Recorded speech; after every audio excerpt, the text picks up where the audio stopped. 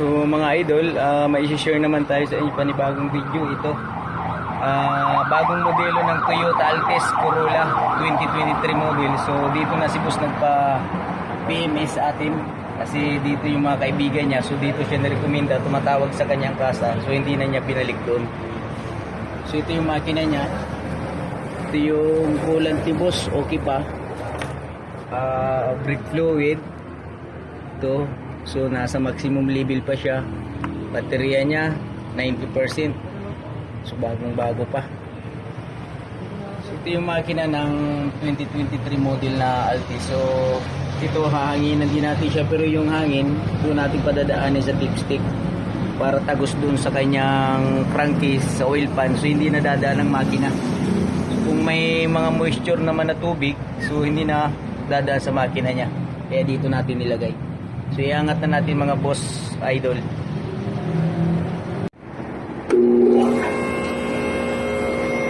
So yan mga idol, inaangat na natin para ma-drain na yung langis. So yung mga gulong ni sir, with chilling pa yan, no?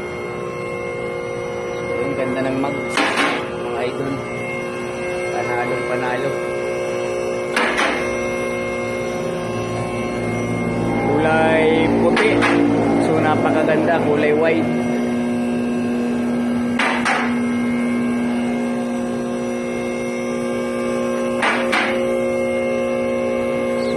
Medyo mahina lang yung ating lifter mga idol kasi kare-repair lang nito.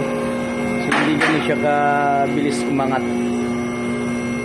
2023 mga idol na model ito, Toyota Altis Corolla.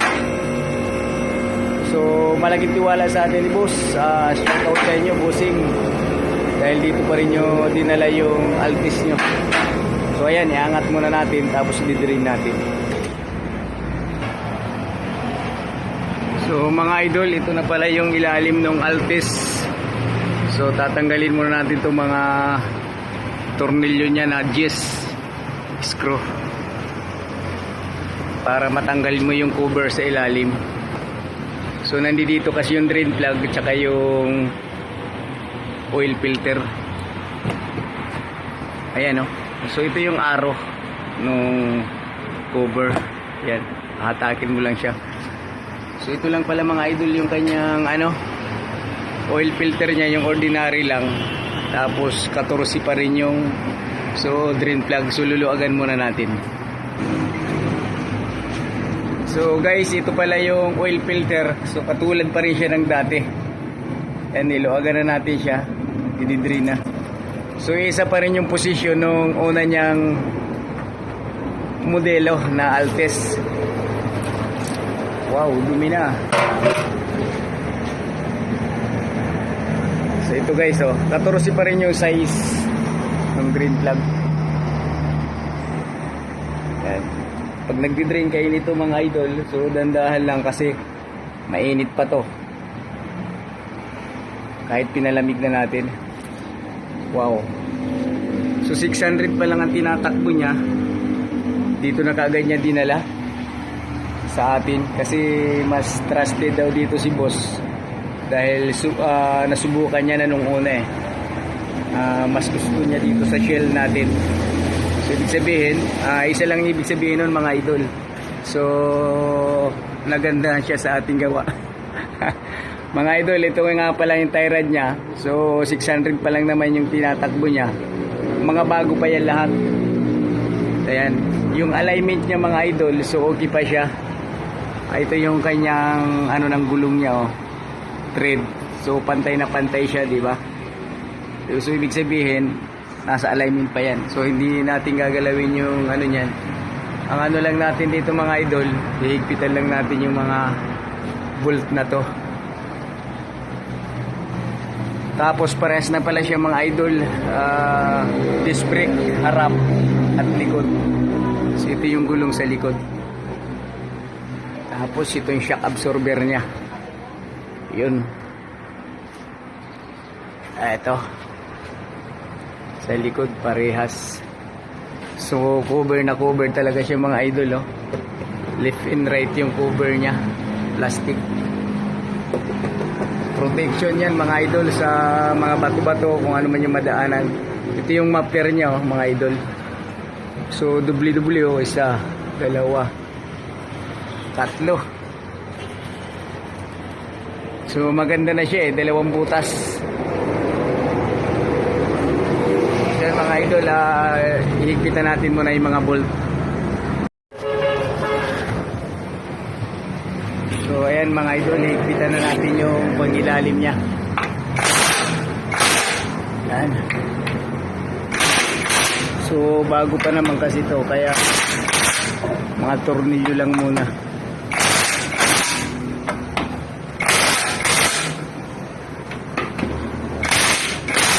Yan.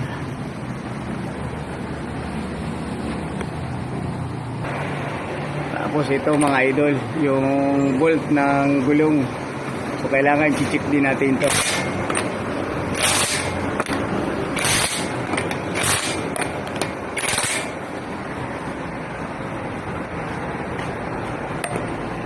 So lahat, ikot nyo na yan.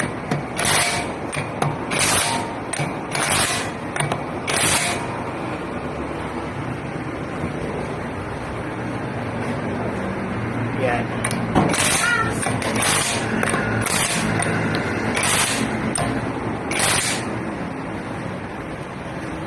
Ang mahigpit.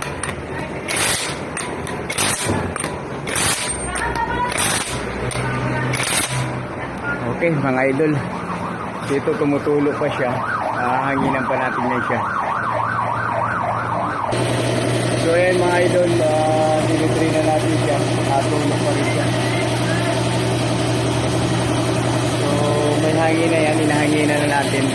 So ito oil filter niya.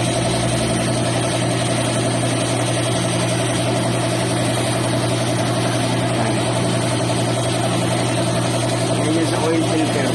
Niya.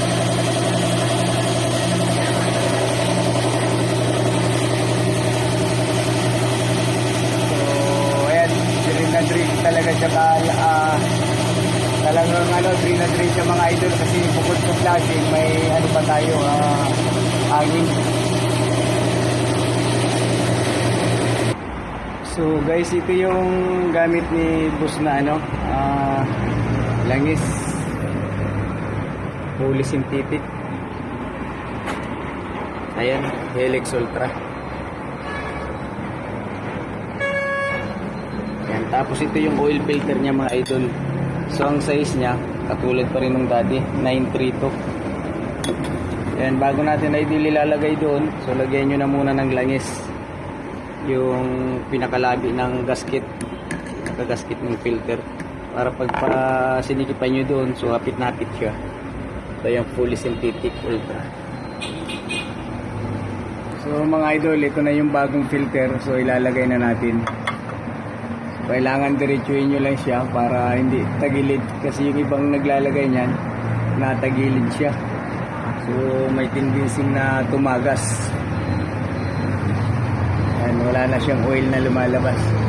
So ganun lang kadali mga guys, idol, yung pag-change oil. Yan, kailangan yung drain plug, so diretso din siya. Yan, kakamayin nyo na muna siya bago nyo siya pihitin ng socket wrench na 14. Kailangan socket mga idol para hindi bumilib to na thread, kantuhan niya. So ayan, so higpitan na natin yan ng maayos para maibaba na natin. So ayan guys, binababa na natin yung Altis para malagyan na natin ng langis. So tapos na natin i-check up lahat yung under chassis nya, so engine, nahigpit na lahat ng bolt. So ito, bababa na natin sa lifter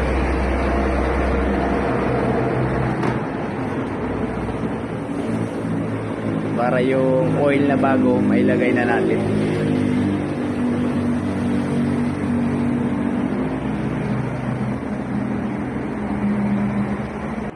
So guys, mga idol, sasalinan na natin ng langis. Yan, fully synthetic, pang 10,000 kilometers mga idol to.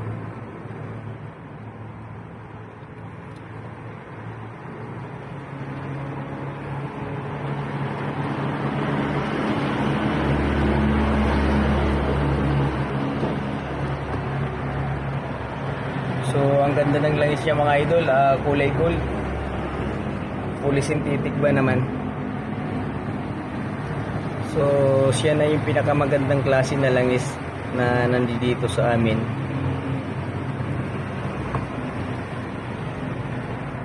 So ganda ng makina ng Altis mga idol.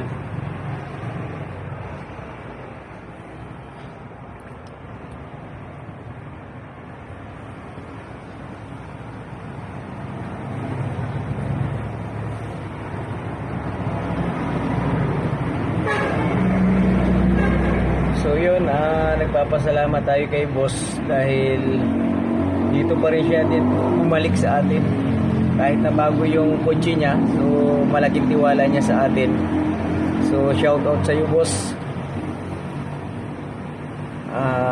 Nazareno family. Taga Grand Centennial. Si Bossing. So isang rekomenda lang siya.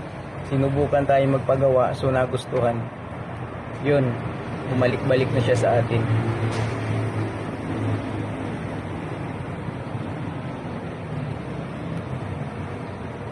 So ito mga idol, 4 liters na ilalagay natin kasi malaki na yung makina niya. So 2.0 yung engine niya.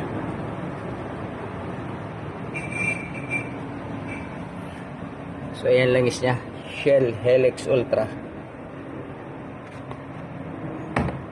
So okay mga idol, nalagay na natin ang langis. So mga idol, ito yung kanyang air cleaner. Yan. Bagong bago pa naman, lilinisin na lang natin ito muna. Papalit tayo nito siguro mga 40,000 kilometers. Yan. Yung tapos na natin na hanginan siya. So yan.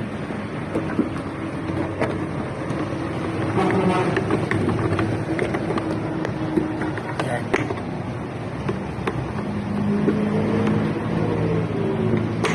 Yun. Ayos. Okay. So mga idol, tapos na natin sininsoil yung na Corolla Altis na 2023 model. So ito, chichikin naman natin uli yung kanyang aircon filter o yung cabin filter. So same pa rin siya katulad nung dati. So doon pa rin siya nakalagay. So ito. Ito yan mga idol, oh. Yan. So lilinisin lang natin to mga idol. Kasi sa ibang mga talyer, kahit na okay pa siya, so hindi na tayo magbabanggit kung sino man yung mga talyer na yon. So pinapalitan kaagad nila. So ang takbo nito 6,000 lang. Ganun lang siya kababa. So ba't papalitan natin? Obra pa naman sa hangin lang, di ba? So nakakasib na dito si boss. So ito nga pala yung bagong loob ng Altis. So ang laki na nung kanyang monitor. So yung pinaka panel niya. Yan yung manibila niya mga idol. So ito yung cambio. Yan, ganda di ba? So napakamahal siguro nito. Ayan mga idol yung loob. So, diba? Ganda. So hanginan na muna natin tong cabin filter ni boss para ma-check na natin yung kanyang oil.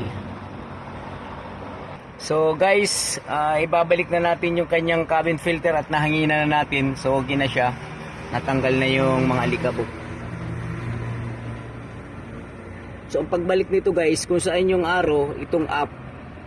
Yan kung nakikita nyo. So doon yan, itatapat nyo siya kay babaw. So yan pahaba siya. Hindi siya pahalang pahaba yung paglagay niya. So yun, pasok. Yan o. Tapos bukod doon, meron pa tayong takip sa ilalim.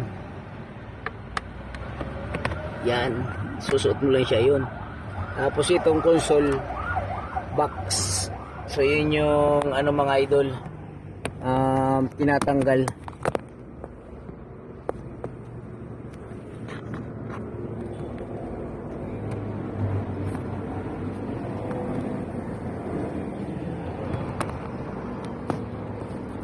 Yan. So ibabalik na natin mga idol yung kanyang console box. Mahirap kasi mga idol. Wala tayong taga-video. Yun. So, pag tumunog ng mga idol yung clip niya, so ibig sabihin, pasok na yun. Tutulak nyo na lang. Yan ito. Yun. So, ayan. Yan. Dapat may balik nyo pa rin itong mga idol. Itong pinaka niya. Shock na maliit, yung stopper. Tapos pag once hindi nyo binalik yan, hindi nyo na naibalik. So, hindi na yan dandahan yung baba niya. Babagsak yan diretso. So, ayos. So okay mga idol, papaanda rin na natin siya para ma-check up na natin yung langis. So mga idol, guys, ito check na natin yung langis. 4 liters na nilagay natin. So ito, sa dipstick niya, so makulang pa siya ng konti. Ka-under lang kasi, ibig sabihin nasa ibabaw pa yung oil. Siguro sa umaga, pag chinik mo ito siya, nasa pangalawang butas na siya sa taas. So ito yun. Yan. Lahat naman ng Altis na nilalagay natin is 4 liters lang. So hindi pa siya nakakababa yung oil lahat. Ang tamang pag-check kasi nito mga idol, so sa umaga huwag nyo munang pandarin para nakababa lahat yung oil. So masusukat natin ng maayos. So yun lang mga idol.